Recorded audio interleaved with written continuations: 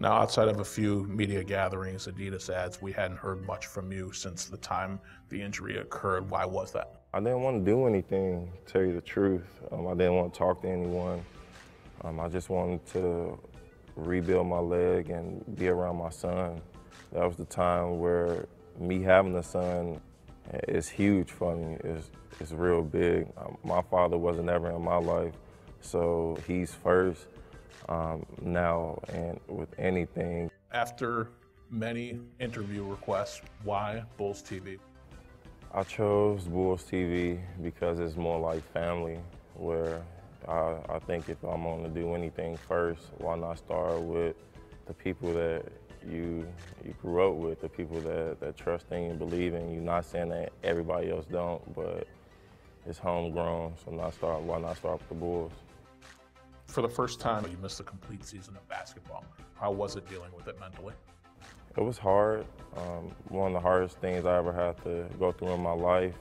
After surgery, when you start running, like when you have a injury like this, it's stages that you have to go through. I'm still going through my stages.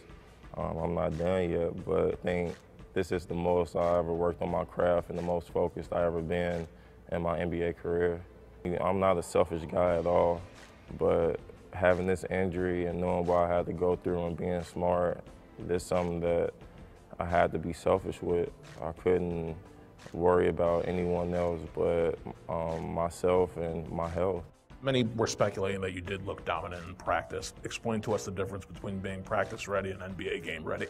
When you're in practice, of course it's not like game-like speed unless it's like training camp. Game-like experience is totally different, where you got strategies, you got this and that double teams. When I play, I get double teamed a lot. We play the same defense how we play in the game, so it wasn't that many double teams. So I was like able to go around freely, roam around freely. In the game, I wasn't able to take on that double team yet.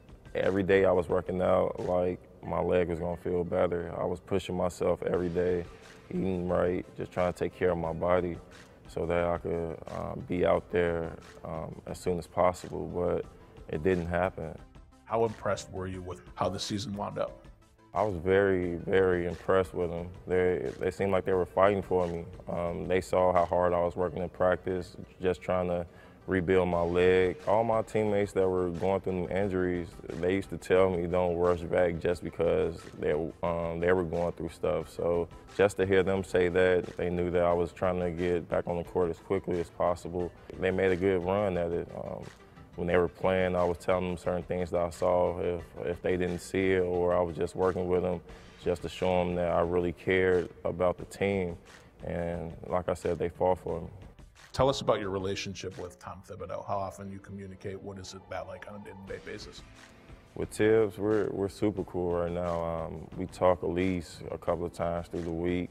Missed his call a couple of times. He hates when I do that. But missed his call a couple of times. I got to call him back. But he's someone that loves the game as much as me, and that's pretty hard, man. If you love basketball more than I do, I got to take off my hat to you. Any personal goals for next season? It's only one goal, and that's to win the championship. What do you want to tell your fans? What have you wanted to say to them for the last year and a half? Me saying it is something totally different. I think me going on the court and showing them will let them know that it was the right decision.